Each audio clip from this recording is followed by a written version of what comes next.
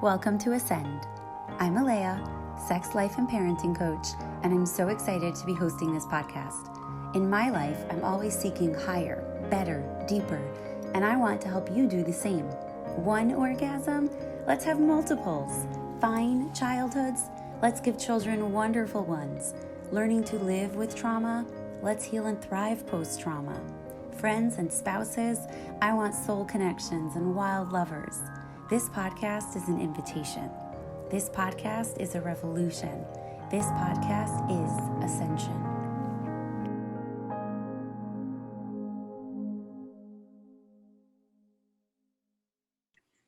Hi, I'm Alaya, your host of today's podcast, Ascend with Alaya.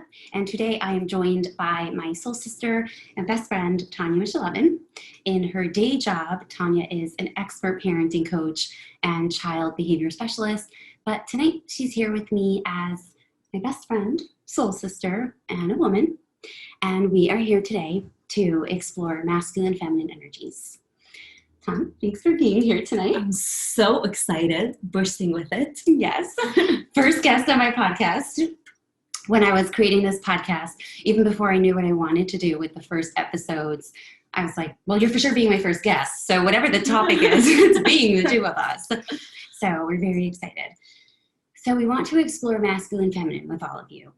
We also know that most people don't really know what it is. I know I didn't know what those words meant or what the concepts were until the first time I heard about it. It was so new for me.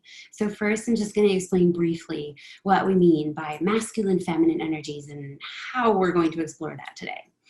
So we all know the classic, there's man, woman. We know it in terms of gender, right? But there's also an energy at play. And when it comes to masculine, feminine, we're talking about energies. That's something that each of us have within us. So me, I identify as a woman. I have masculine and feminine energy in me. Tan has masculine and feminine energies in her. No matter what gender you are, we all have the capacity for both of those energies in us. And it comes down to, how do we explore those energies? How do we use those energies? How do we show up from both of those energetic spaces when we are going about our lives, when we're making decisions, when we're feeling something, thinking something? What energy is at play there?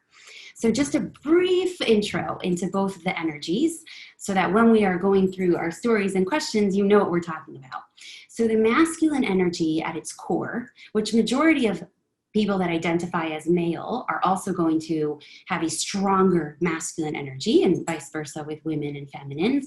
The masculine energy is a very purposeful energy. It's a driven energy. It's a very structured energy. It's a very boundaried energy, very logical, very analytical, very forward-thinking, focused, goal-oriented, stable, steady, strong, contained. All of those words, those align more with the masculine energy. The feminine energy is the energy that flows, that is free, that feels, that just goes along, that feels into the experiences, that just expresses and is creative and is intuitive. All of that classic personifies the feminine energy. So we all have both of those within us. What happens is that some of us are stronger in one and stronger in the other. And today we're going to explore why we would be stronger in one, or how to find your core energy. Because each one of us, even though we have both energies in us, we also have our core energy, right? What is your core? What's your foundation? What comes first in you? What is stronger in you? What do you play with more? But then there's our core energies. And then life happens, and trauma happens, and experiences happen. And a lot of times we put on what's called a mask, right? So if my core energy is feminine, but I have had a painful experience or a trauma or a learned behavior, I might be wearing a masculine mask. And then how does that impact my life? How does that impact my relationships? How does that impact how I feel, how I show up?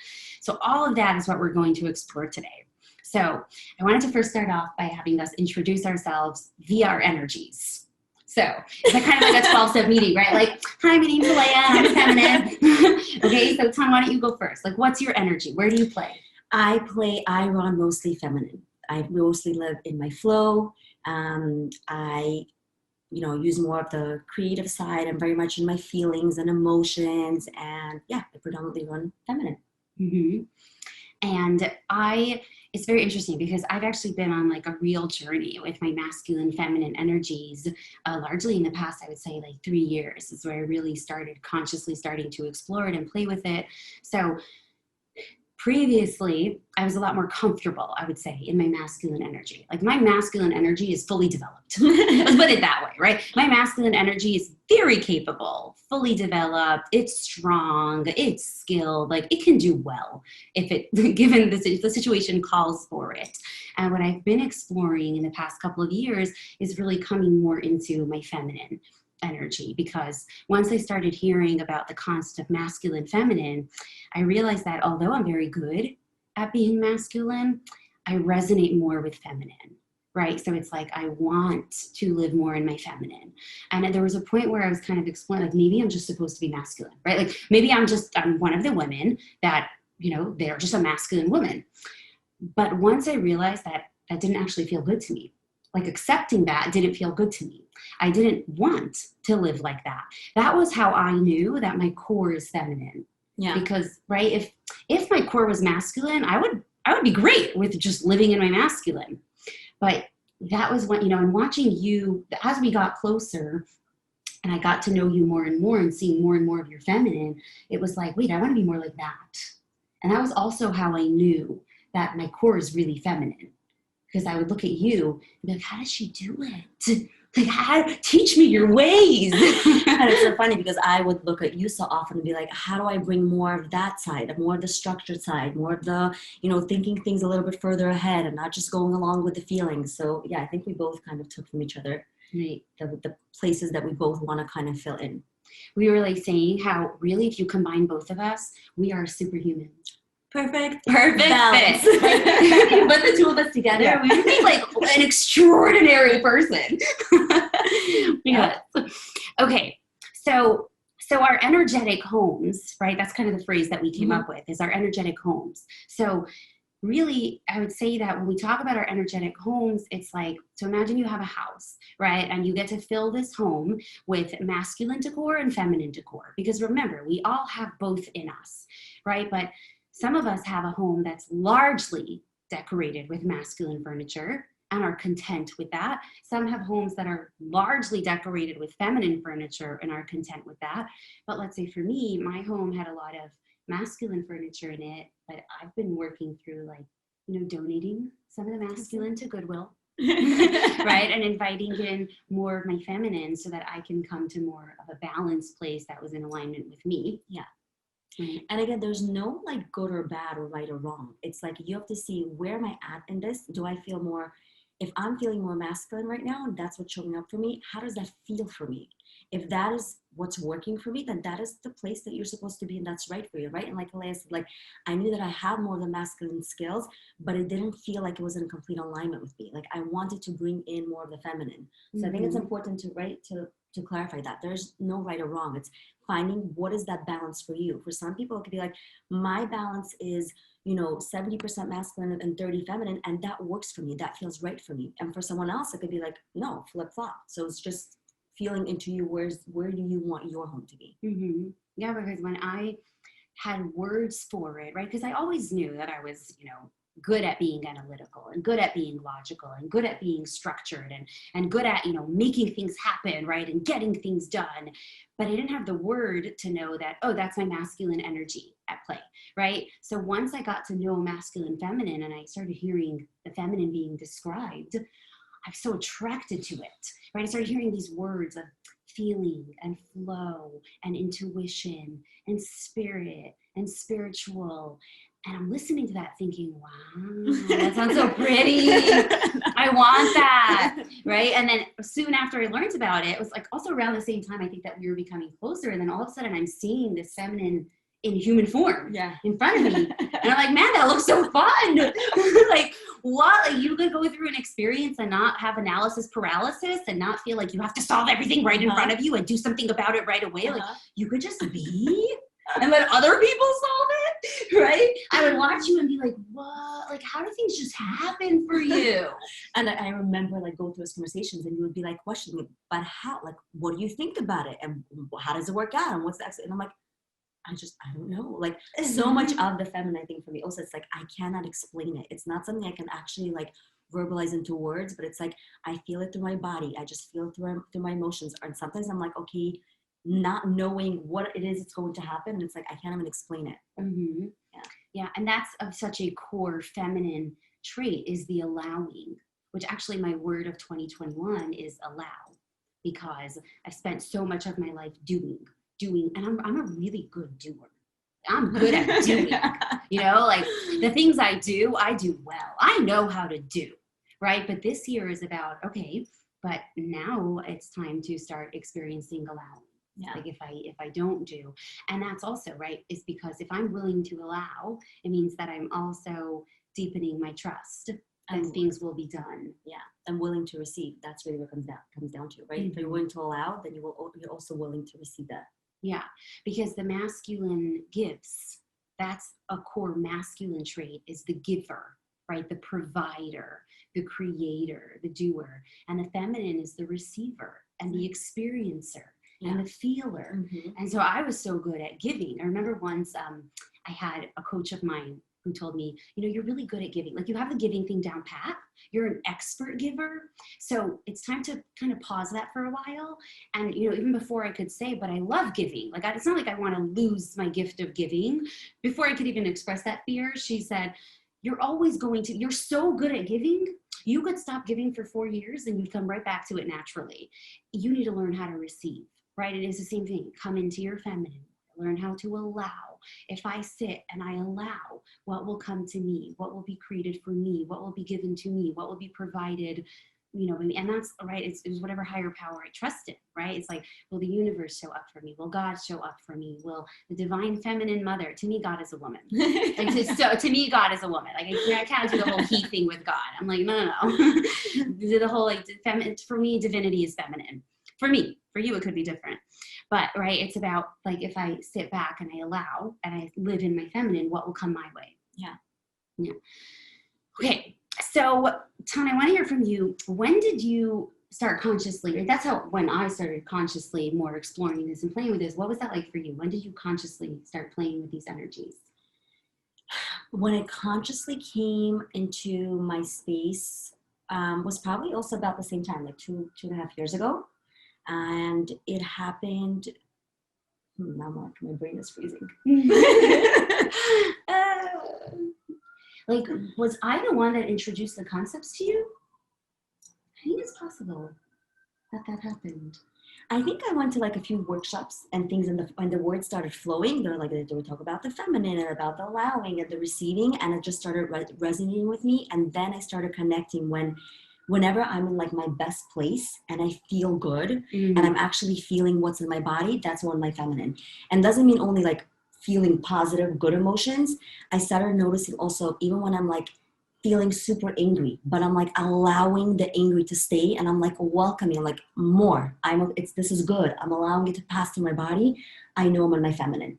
Like when I'm not afraid to feel anything that's coming, I'm in my feminine.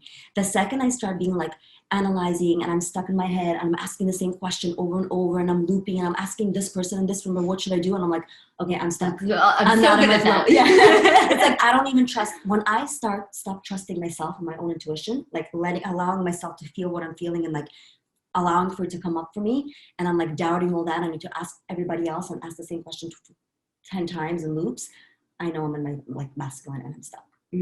Okay. Yeah. So what I'm hearing is that it's kind of like there's two steps, right? So the first is just being in your feminine and allowing yourself to feel the extent of your feelings. But if we start to analyze our feelings before we are done feeling them, that's where we've moved into our masculine, but in a way that has cut out our feminine.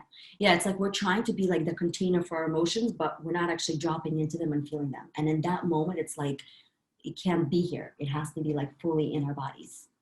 Okay. So you said like, I know I'm in my feminine when I feel. Yeah. How else do you know that you're in your feminine? Things come to me easily, like ideas or like I'm creative or something. Like I could just like be laying in the bathroom like, oh, this is like brilliant. Like I didn't have to like sit and work hard for things. They just come and flow, you know? Or things just pop up in my life that are just like oh, this is so nice. This is such a nice surprise. Something happened at work that was like, that worked out in my favor, or, and yeah, pretty much. So what I'm hearing is that anytime you're not doing, right? Because Yeah. I don't even think you realize, but it's like when I'm in the bath Exactly. and an idea pops into me. Totally. And for me, it's either when I'm in the shower or when I'm driving. Yeah. Is all of a sudden I have the most Brilliant. brilliant ideas. Yeah.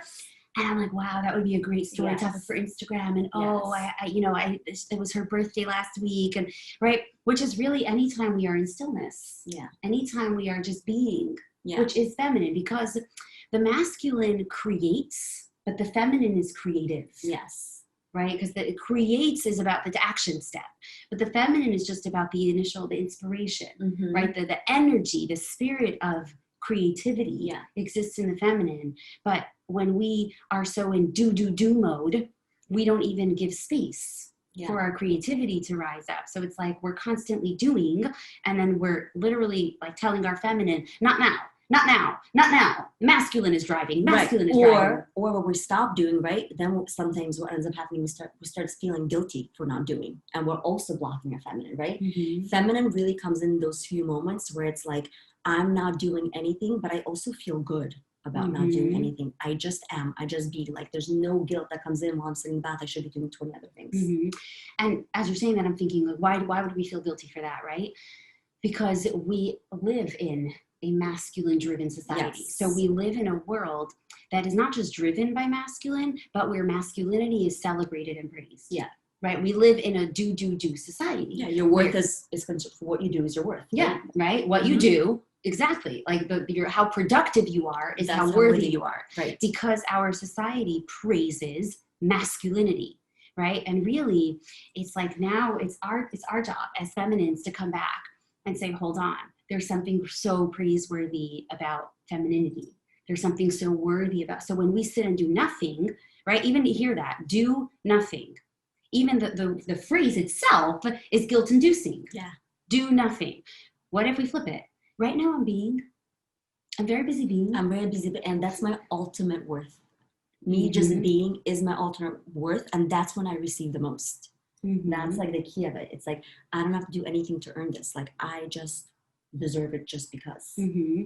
And it's like, when we think about all the gifts that the universe or God or whatever higher power you believe in wants to offer you, wants to give you, it's like they almost can't catch you. It's like when you're so busy doing, they're like, hold on, I have something amazing for you. Like, I just need you to like sit down and like kind of like be available for a minute for me to give it to you. And we're like, no, I'm very busy. Like, I'm working so hard because it's so hard and I really want that. I'm trying so hard to get it. And why isn't it working? And why am I gonna get?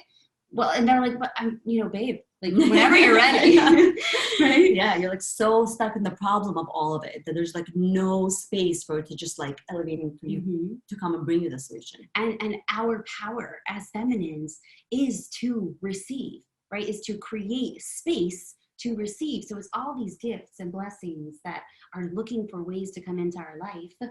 That's our power as the feminine, is that we create the container for it. Yeah. Right? So it's like the masculine's power is to go ahead and create things and have success at doing that. And ours is like, well, this is where things just flow to us. Right? So we're going to be the container for that. So I was just thinking about my TV stand. It's like the perfect example. You oh my God. Okay. So I ordered this TV stand on Wayfair for my new apartment, and I spent a couple of weeks finding the perfect TV stand, and then it was out of stock, right? So I'm frantically checking it every single day until it comes back in stock, and then it arrives, and I have somebody here building it, and halfway through building it, he's like, Alaya, there's no connecting bar in the TV stand. I'm like, well, that sounds pretty important, right? The connecting bar. So I call Wayfair, and they send me a replacement connecting bar. Okay, so right, my TV stand is rectangular. There's 2 side panels, sliding doors, and a connecting bar. I wait a week and a half for the replacement connecting bar to arrive, and I get a 3rd side panel. I'm like, oh, well, that's fun. Okay, now I'm going about all of this in the most masculine way. I'm going to take care of this, and I'm going to take charge of this. I'm going to let Wayfair know that their policies are wrong. And if you send an item that's missing a part, you should have a policy where the missing part comes within 24 hours, right? So not only am I taking charge of my TV stand, I'm also, like, in a very masculine way, taking charge of Wayfair's entire, program and their whole structure. And poor Matthew, my case manager, and I'm calling and I'm emailing. Okay, so then they send me a newer connecting bar. I waited another week, the new connecting bar arrives, and I'm now the proud owner of 4 side panels and 0 connecting bars. Okay. And I'm like, oh, right. And at that point, I was like in the middle of going through a whole masculine feminine thing with Tanya. And I'm like, that's it. You know what? I give up. That's it. This new half-built TV stand with a huge cardboard box that's taking up my whole 1-bedroom apartment. I'm just going to love it. Thankfully, the cardboard color is on my palette, right? It's tan. So that's it. This is my new TV stand. Like I have given up. I am done. Okay. So I just totally give up. I let go of it. Wayfair calls me, which was beautiful. I didn't have to call them. They call me, and they're going to be on top of it. They're going to send me a connecting bar. They're going to talk to the company. And I'm like, no problem, Amy. Like, whatever. It's cool. Amy, like, you do your thing. You do what you want. Now, in the meantime, they had scheduled Handy to come and build the TV stand on Friday because the connecting bar was supposed to arrive on Thursday. And I'm like, that's it. I'm doing this in a feminine way. I'm just surrendering. Whatever will happen with TV stand, I'm allowing to happen with this TV stand. So I don't keep track of Handy that's coming. And I'm definitely not canceling Handy because that, like, the masculine would cancel Handy. The feminine is just going to allow this to unfold. So Friday, I get a text. Benito will be here in 30 minutes to build your TV stand. I'm like, well, good luck, Benito. That's going to be fun. So Benito shows up. And I bring him in to my apartment and I'm like, listen, just like, I feel a little gaslit by the furniture. Like maybe I'm the crazy one and there's a connecting bar here and I don't know. So can you just look at it and just confirm that it's actually missing a piece? So he looks at the paper, he looks at the piece, he goes, no, you're not crazy. It's missing a connecting bar. I'm like, okay. And then he goes, actually, I think I can build it without the connecting bar. I'm like, what? What? He's like, yeah, I don't know why they even put that part in, but it doesn't look necessary. I can build it without the connecting bar. I'm like, oh my God. Within 20 minutes, my TV stand was built. It looks beautiful. I have given the 2 extra side panels to recycling.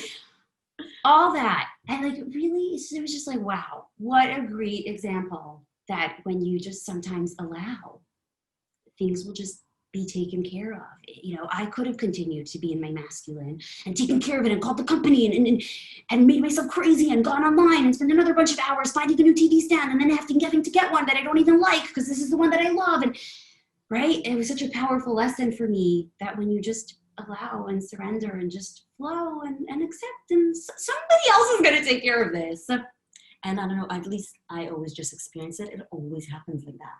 It's like the second you just let go and just allow it, somehow magically, somehow it's just solved. Mm-hmm. Yeah.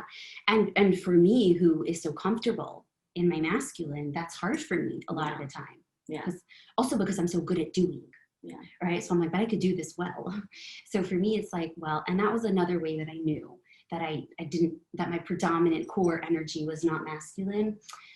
Because I'm so good at doing, if my core energy was masculine, I would actually like doing all the time. Yeah. But I don't. I don't like doing all the time. Sometimes I'm like, I just want to like sit, whatever. It would actually re-energize you instead of draining you. Mm-hmm. If it's like draining more out of you, right?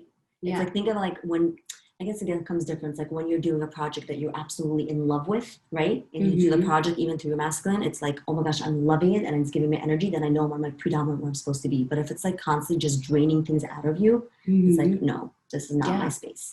Like I was once talking to my friend Alex, who's very masculine. I was talking to him about my business. And I was just like, whatever, like, I don't want to deal with those things in the business. And so it's just going to sit there. And Alex is like, but you have to hire somebody. You have to do it. And you have to scale your business. And I'm like, no, I just don't want to. And Alex, I could see him like getting riled up. Like to him, what I was describing was lazy, lazy and passive. And my business isn't going to grow. And he's like, but just think about how you'll feel when it's done. When it's done, are you going to feel good? And I'm like, I don't care how I'll feel when it's done. When I think about how I'll feel doing it, I'm like, no. No. Right. And the masculine. And then eventually I'm like, Alex, you know, you're getting really triggered because your masculine is confronting my feminine. And your masculine does not understand how my feminine could possibly be content with my business not growing. right? And that's the thing, is like the masculine is all about the growth and the evolvement and the accomplishment, and the feminine is like, it's just so nice here today. Mm-hmm. Oh my gosh, it just totally, I know this is probably off topic, but it brings me, right? It's like when the same thing, like oftentimes we as a woman come to the man and we're like, we just want to tell you about our feelings and how it is for us. And we want you to sit here in it with us. And they're like, but you could just do X, Y, and Z. And so, right, they're coming with their masculine, offering all the solutions, all the do's, and do's. And we're like, no, I just want to be in this right here. Mm-hmm. Right. And to them, it's like, why would you, and this draws us back so perfectly to what I wanted to follow up on.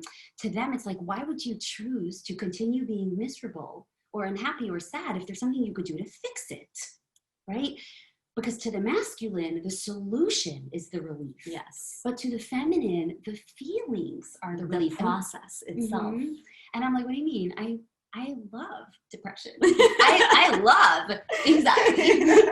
I love disappointment. Like marinating, and when I say depression, by the way, I'm not using that term facetiously or lightly. After my divorce, when I went through like 3-4 months of depression, the best way that I got through it was that I just sunk into it. Yeah. I was like, I'm just going to feel this one out. Right. And that was actually the easy, and thankfully my coach who was guiding me at the time, also Fran, just runs on feminine. So she was like the perfect guide for this. She was like, sounds like depression has come to visit. So just welcome depression in and say, hi, depression. Welcome, depression. You're safe with me, depression. I'm going to hold you. Yeah. Right. And that was actually the most brilliant tool for me, was just trusting my feelings, right? And that's the feminine, is that for us, the pleasure, like what you were saying before, right? When you feel angry and you're like, more angry. The masculine would be like, you look miserable. Can I please give you a solution? X, Y, and Z will get to the Get out. Yeah. And the feminine's like, I love this. So when you were talking about the feeling more angry, are you ever self-conscious of that? Do you ever feel like that's too much feeling? Like I'm being too much, I'm taking up too much space. This is like inappropriate, or it's embarrassing. That's a really good question. And at this point, and this took work and conscious effort, I don't, like the opposite. I'm just like, I'm literally welcoming, and the deeper I feel it, the deeper the relief is, and I'm wanting it. And when I do start like, oh my gosh, this is too much, I can be in this, I know I'm back in my masculine. It's like I come back into my head, my judgment's coming online, and like that is a sign for me that like, oh, oops, no, I actually need to go back and deeper into the feelings. So no, the opposite. Like I act crazy. I mean, I'm angry and there's like a stomping ground in my house, and in front of my girls, I'll start banging pillows on the bed, like getting all the angry out, and it's like relief. And what's amazing is that Abigail, your 2.5-year-old, is her favorite thing to tell me about Tanya. Like anytime I hang out with them, at some point she will just pop it into the conversation. Alaya, sometimes my mama gets so angry and she dumps some feet. She like, it's the highlight of her day. I think also because she sees the after effect, and that's where she's able to verbalize it. And to her, it's like such an amazing event. Because it's like, oh, she sees this big, huge emotion, and then she sees a healthy way of it getting through. And then she sees me on the other side, like still holding her and the container, that the emotion doesn't overtake me. It doesn't become, right? So I think for her, it's like an exciting event to talk about. It's actually funny. She stumps her feet and then she's totally back to herself. Also, and I'm just thinking this now, is Abigail runs on pure feminine. Oh yeah. She's like free spirit flow. Right. So part of that also is that when she sees you, let's say, sinking into the depths of your anger, you actually give her permission to sink into the depths of her feelings. And she needs that permission because she has so many feelings. When she cries, deeply heartbroken, devastated, like literally. Oh, when she is wounded, wounded. Oh, it's such a huge difference between my other daughter, because my other daughter is like the opposite. She holds her emotions and she doesn't want anyone to ever even see her cry. So it's amazing you're pointing out the difference between like the feminine is like all in it, not afraid. There's no judgment in everything, in my happiness, within my joy, within my anger, and right. And like the masculine is like, no, like I need to hold the boundaries and be the container for all of it. Yeah. And that's the thing, is I love that you pointed out the joy and the happiness. is that as feminines, right, our core is feeling, right? We run on feelings. That's our gift. That's our beauty. So if we suppress our anger, we are also suppressing our joy, because it's not about suppressing our anger. It's about saying like, oh, there has to be a limit to how I feel. Yeah. Once you are limiting how you feel, you are limiting all of your feelings, right? And it's like, that's our gift as the feminine, is that the way we feel joy so much, right? That's like our radiance and our light, like, let's say when Levi looks at you dancing with the girls, it's like, I think he like probably would like propose just to have that in his home like forever. The video comes out, there's like stunning like his hair, Yeah, before I moved to LA, like Levi would just send me videos of you guys dancing. Like those were, right, that was like what lit him up, right? That's our gift, is that we share our feelings with everybody. So why would we be self-conscious? Like then I'm like, where did this come from? Where did we learn to boundary or limit our feelings if they're so beautiful? Well, from a lot of places, but I think mostly from childhood, when we were expressing those feelings, somebody else told us no. Somebody else told us, I can't handle this. This is too much. And we learned that in order to earn my love with someone else, in order to be accepted, I cannot show this part of myself. So I need to completely hold it back, because otherwise it's going to be too much for somebody else, and I'm not going to be loved, and I'm not going to be worthy. And that is absolutely not true. It is their wounded masculine or their wounded feminine, wherever it was coming from, their trauma, that couldn't hold a container for those feelings, right? We came even as children, right, to our parents, whoever it was, and we're like, I'm feeling these huge, big things. I don't know what to do with them. Can you hold that space? Can you hold a container for them? And we would said, no, this is too much. Take it away. So we like brought it back in and started judging them and being like, anger is bad. And me feeling bad is bad in itself. And even how often do we cover our faces when we laugh, right? It's like, if we laugh too loud, then we feel like, whoa, that was explosive. That was too much. So how many of you do this when you laugh, or turn your face down, or stop yourself from laughing loud? Because it always comes hand in hand, but it also comes back to just even on a larger scale, how our society is a masculine driven and masculine praised society.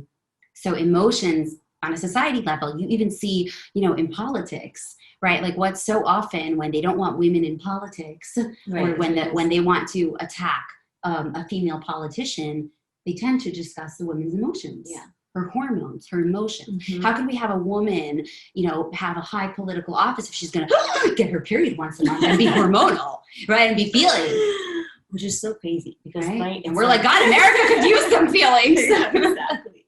It is like the power, everything. Yeah. So let's say, right, so what's the antidote to that? What is that? So we're going to come back into our feelings, right? But then it's like, we're going to want support for our feelings. So how do we get that support for all of these feelings? And then what happens if we decide, okay, I'm going to lean in to my feelings, I'm going to feel the depths of them, and then we are met with external judgments as adults? Like let's say in your marriage, right? Let's say if you are feminine, right, and then your partner is masculine, because in a lot of cases, what will end up happening in most relationships is we're going to have the magnetic forces, right? So we're going to have, a feminine connecting with a masculine. So if you have a strong feminine, you'll have a strong masculine. But then sometimes we have our wounded attachments, right? So a wounded feminine will also attract a wounded masculine, and how those, right, show up into each other, right? And then sometimes it's like, if I go into a wounded place, I'll show up in my masculine and intimate relationship, and then I will attract or be with a partner who will be in their wounded feminine. And then we're going to run into conflict and dissatisfaction and disappointment, because it's like, wait, I'm supposed to be feminine and I want you to be the masculine, but you're being the feminine. And then I feel like I have to be the masculine, and then I'm not being me. And then you don't feel good about yourself because you want to be the masculine provider, but I'm providing and taking care. A lot of times that's where we cross over in intimate relationships. So how do you fix that? How do you balance that? I think, and I'm going to speak from the side of the feminine, right? So it's like, let's say I'm coming from my feminine. I'll use my relationship as an example, right? And my husband is coming at me with, let's say, right, I come with him like with this deep feeling and this deep emotion, and instead he's coming back with me with his masculine and not getting it or trying to fix it or whatever it is, right? What happens oftentimes, our wounded feminine will come in and like agree with him. Oh, maybe he's right. Like maybe I am too much. maybe, I do just need fixing, and I do need to chill out. While really what we really need to do is like dig even deeper underneath that feminine and state our desire in that moment. And we so much forget to do that, right? We think like they should just know this. And if they don't know this, it must be that they're right and I'm too much. But instead it's like, no, I hear what you want. I know that you want to be fixing this, but right now what I want from you, what I need from you, what my desire is from you is for you to hold my emotions and be a container for me. And that is our kind of like role in healing the feminine as women, is always because the core of the woman all comes back to her desires being met and her receiving the pleasure for her desires. And we have to be in communication about that. No, this is really my wish right now from you. This is what I want from you, right? And then the masculine, right, that's their job and role, gets to choose whether they want to show up in that masculine role for you and give you that container. Yes, so beautifully said. And when you say like be a container for my emotions, I know what that means, right? Because I play with this vocabulary, and also it's not even the vocabulary. When you say it, I feel it. Yeah. Which is feminine, right? When you say that, I can feel what you mean, and I can feel how I would like that. But for each of you, especially if this is new for you, it's about getting specific. What exactly does that look like to have, let's say, your masculine husband hold your emotions and create a container? And this is where it gets like disappointing for feminines, because we're like, what do you mean? Like, you should just know. If you love me, you'll know. And if you care that I'm sad, you'll just know how to take care of it. And that's where we actually start asking our masculine partners to be feminine. Yes. You're asking for a woman. Okay? You're asking for a woman. Yes. Right? It's like, you should just know. And if you cared, you would get it. But it's like, they could care from today till tomorrow. Can't. It's like they don't have that capacity. Like, that is not how they're made. They could care for the rest of time. They will still not know how to do this because they are masculine. If you ask them to solve your problem, they will know how very well. If you ask them for 4 solutions, they'll come up with 4 solutions right then, right? It's like sometimes when you watch, let's say your husband struggling with something, and and they're like, I just want a solution. And you're like, I don't know, this just feels really terrible. I know. It's just really hard. Right? It's kind of like that. Like, so we have to be very concrete with them and tell them. And this is where I think we have to tap in to our masculine, because remember, we all have both energies. Tap into our masculine and put it into words for them. Yes. Use our masculine as a skill set, right? Concretize it for them. Put it into words. Give them structure. Give them real instructions, not via control. Not, you should do this, and you need to do this, and you're not doing this, and that's a problem. And why aren't, right? That's already where we're like, it's our toxic masculine. Coming in, and we're trying to control, but more using our feminine desires and expressing them through masculine language and structure, which is like very clear, very focused, very explained, right? And just make it really clear to them, this is what I need from you. Yeah. And by the way, in order to be able to tell them, you need to know. Exactly, for yourself. You need to know what it is you want. And for you to know what your desires are, you also have to be, which really comes full circle, you have to be willing to accept all of your desires. You have to be willing to say, actually, I want to just cry for an hour. I don't want to solve this. And sometimes we when other people tell us it's too much, or our childhoods or society or our community has told us your feelings and your desires are too much, that's where our masculine mask comes in. Our masculine mask kicks in, and our masculine mask says, stop feeling. Get over it. Just do what you need to do. Just solve the problem, right? And that's where we start feeling hardened and disappointed and resentful and overwhelmed. When you feel like that, check in and say, am I in do, suppress mode? And is that not working for me because I'm suppressing my feminine with a masculine mask? Yeah. So profound. Yeah, because you're like fighting against yourself. It's like an internal battle comes online. It's like my feminine is just like there and wants to come out, and my wooden masculine is trying to like suffocate it. And it's like within myself, it's like, and forget about trying to communicate that to someone else, right? It's like first you have to find that space within yourself to say like, no, this is okay. This is allowed. So then my next question to that is, right, I'm thinking like, what are resistances to this? So another resistance would be, well, what if I, let's say in the context of, we can do this in an intimate relationship, like in a marriage or in any relationship. What if I am stating my desires and they're just not meeting them, right? So then, like, how do I then see my desires? What happens then when you feel like your desires are not being met? Yeah. I think that at that point, right, in any given situation, relationship, whatever it is, you need two people who are willing, right, to come on and show up and be like, okay, I'm noticing that you're showing up in your wounded feminine and I'm showing up in my wounded masculine. And at that point, if you're noticing like I'm coming forward with my wants and my desires, and this person is just not showing up in their masculine and doesn't want to give in that way, I have to come back into myself and say, is this the container that I want to be in? Is this the space that I want to keep creating where I have to keep forcing it and keep begging for it? And right? Because then there's just no space for you receiving. You cannot be in your feminine if the other partner in your relationship is not willing to show up and give to you. There's nothing for you to receive. And so then what I've seen a lot of women do, and I see this with people that I work with professionally, I saw this in some ways in my first marriage, you in your marriage, is what we tend to do is we say, okay, so if you're not going to meet my desire, I'm going to take it over. I'm going to take over. I'm going to just do everything. You're not going to do it, so I'm going to do it. And on one hand, so then yes, the thing gets done, but at what cost? Right? So we could look at it and say like, well, the kids need to be taken care of or the bills need to get paid. And if, he is not going to do it, then I guess I'm going to have to take on multiple jobs, or I'm going to have to just, be the mother and the father of the kids. I'm going to have to do everything. But at what cost? What are you sacrificing along the way, right? Did you just sacrifice yourself? Did you sacrifice your pleasure in life? Did you sacrifice your desires? Did you sacrifice your own boundaries? Did you betray yourself? And so is it actually worth it? Was it worth it then? And a lot of times I think that we do that because our primary goal is to preserve the marriage. Yeah. Preserve the container. So I'll lose myself in it. I'll betray myself in it. I'll abandon myself in it. I'll be resentful, all in an effort to preserve the container. So, right, to preserve the marriage. So first is, are you willing to experiment by letting go of some things? Really, truly, not letting go for 5 minutes, not letting go once.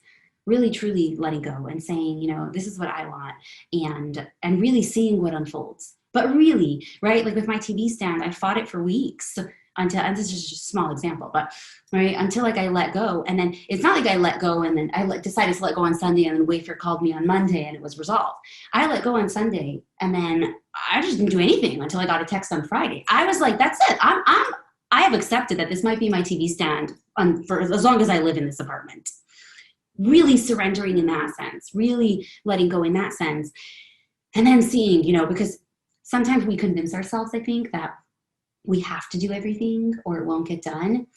And then that's emasculation, right? That's emasculation, is like you don't even really give them a space to step up.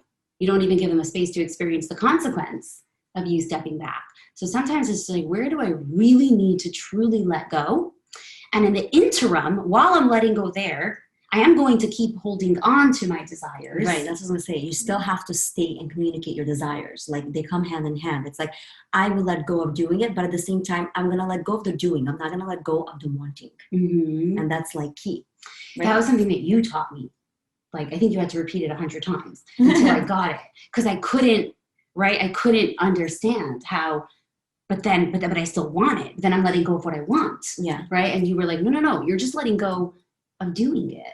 You still want it, right? But it's like, give it space and time to see if while holding on to my desire and letting go of doing it, what can be born there.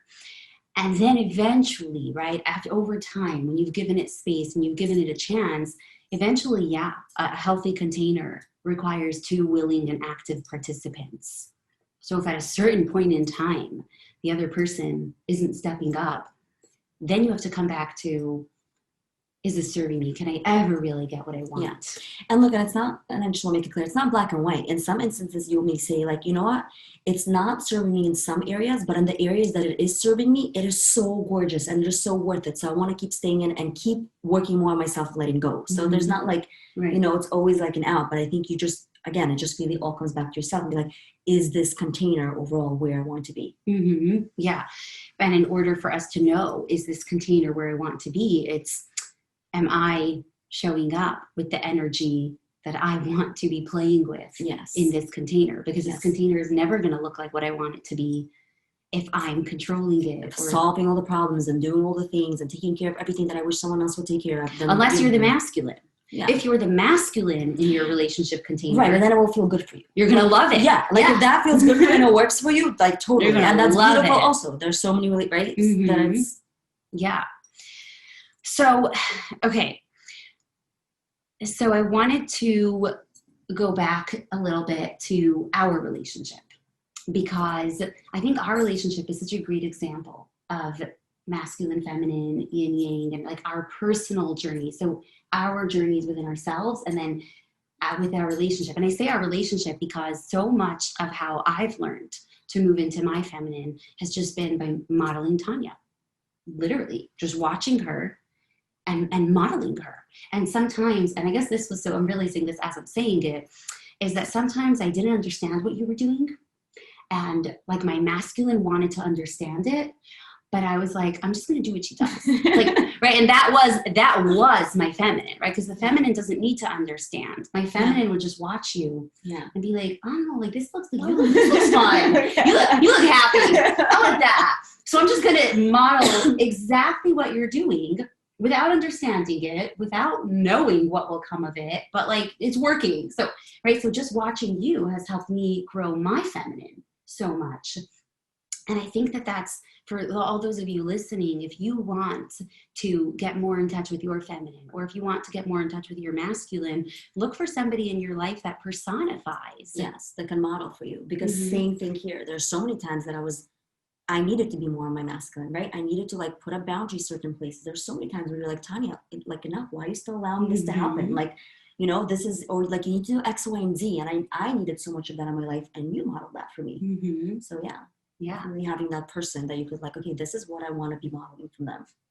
Yeah, because there were times where I would watch you, and that was the thing, is like you were so short. I know. I was like, I'm just in my flow. Like this is so cool, you know. And meanwhile, I'm hurting myself. Like being in my feminine, those moments was hurting me. Like I needed the banks and the boundaries and the right. Yeah, and I would be like, I know that, like I'm watching you, and I know that you're just like feeling your way through this, but like this is a time where feeling your way through this is hurting you. Like you need to say no, even though your heart has empathy and compassion and understanding. It's the opposite extreme. I'm like, you need to stop it for everyone's sake, right? And that's where, you know, because, and like for me, this is part of my journey, is like for me the feminine is so attractive, right? Because my masculine is so strong. My masculine like really knows what it's doing, like it's capable, right? And I'm like, wow, I want so much of the feminine.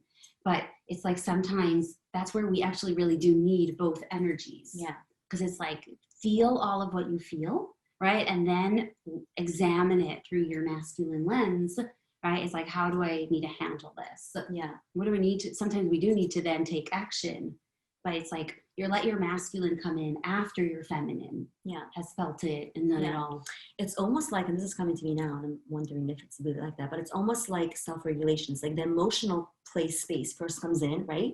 And that is the feminine. And then the regulation part, which is your brain. Okay, pause, take a deep breath, create the boundaries, create the container for it. That's the masculine. Yeah. It's really that combination of both, right? Your feeling and then your decision-making abilities. Not what you do with it. So I wanted to have you share with everybody, how has your life changed, or what has your journey looked like once you started maybe consciously playing with your feminine, right? Realizing what it is, leaning into it. How has that benefited you? It has just overall brought so much more like true happiness and joy for me. Because I think I was kind of, before I started this whole journey, I was very, I won't even use the word kind of dead. Like there was like, I thought this was happiness, but I didn't even know what true happiness was. It was like only once I started really going to my feminine and feeling all those things. And some of them were like past traumas and past things that I really, really had to work through. It's like now the simple things that I would have done, let's say 2 years ago, that I would have just been happy about, now bring me like so much joy. It's like a whole, my emotional capacity has like skyrocketed in both negative and positive emotions. I feel the depth of grief and sadness and anger to like, whoosh, but I also get to experience so much joy in just regular things, in just hanging out with friends, in just having the moments with my kids. It's like, it just brought presence, like real presence to life. Yeah. It's like I want to describe it more even, but like I can't think the words. And like as you're saying that, I'm actually remembering how I saw you. What was it, like 7 years ago? When did we start working together? 7 years ago at this point. Yeah. Like who you were then. You were just always polite. Like that's like kind of like very Cold, baseline. reserved. Yeah. Yes. More reserved, like always kind. Yeah. Right? You were always kind and sweet, but it was like everybody got the same kindness from you. Yes. And everybody got the same polite face from you. And you were like, it was like the same exact measured dose.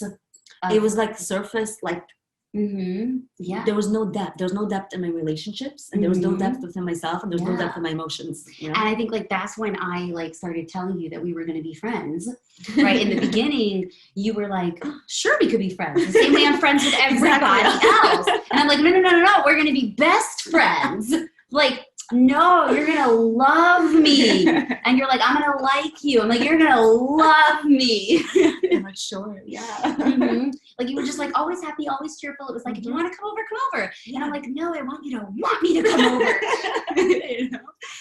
Like, and that's what I've seen just so transform as you just really embrace more and more of your feminine, is that it's like you want what you want, and you love what you love, and you do not like what you don't like, and you'll throw tantrums, and you know, and it's like amazing. I love watching you throw tantrums. I'm like, it's so fun to see you struggle for once. Yeah. So I want to hear, how have you seen me change? Oh my gosh. Let's have a podcast just on this. Wow. It's like, it's really, and I'm going to try to find words for this. It's like I know you now. It's like, it's like I really see, and it came really mostly the way you came so much from your masculine, when I knew you then, was through your judgment. It was like everything was through this kind of lens, and even like the facial expressions that you will make. And it was always like, it was a little bit like walking in eggshells sometimes. It's like, I loved you and I knew the deepest core of you, but it was like, I had to think twice before, anything that I say or do, because there was always like a lens that it was looked through, that it was like boundary and careful and like reserved. And now it's like, there's just like so much empathy and love and space and understanding, almost like the same thing when I'm saying like there's so much depth in the emotions and the feelings. You like model that all day long, like with everything that you say and that you do. It's so nice.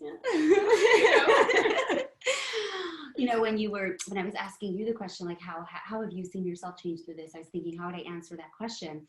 And I thought the same thing that you just said about me.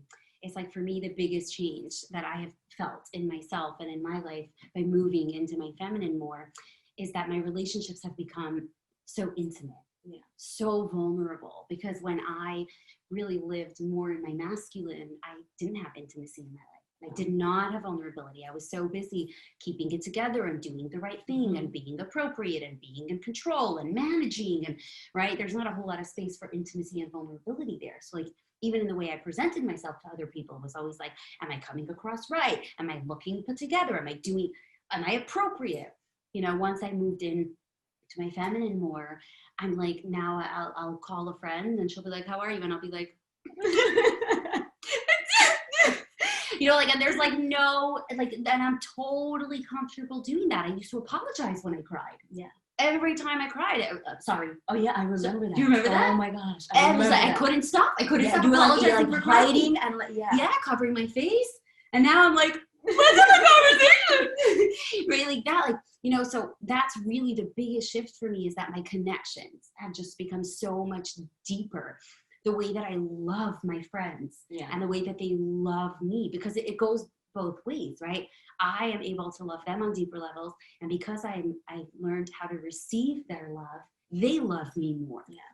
And they love me more because I just receive it and receive it. And then, right, it's like when we want to give our love to somebody, that's a gift, right? When we want to give to somebody and love them, we're like, I want to give this to you.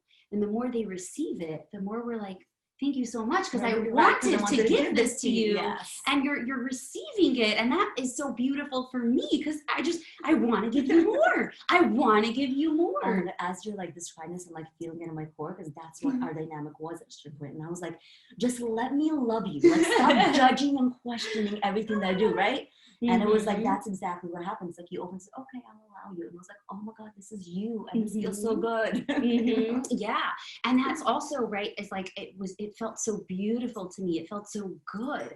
I'm like, this is so fun, right? That's also how I knew that, like, really, I am feminine. Yeah. Because now it's like, you want to love me? Oh my gosh, thanks. It's like that, right? It used to be like when people complimented me or offered me praise, I would have to explain it.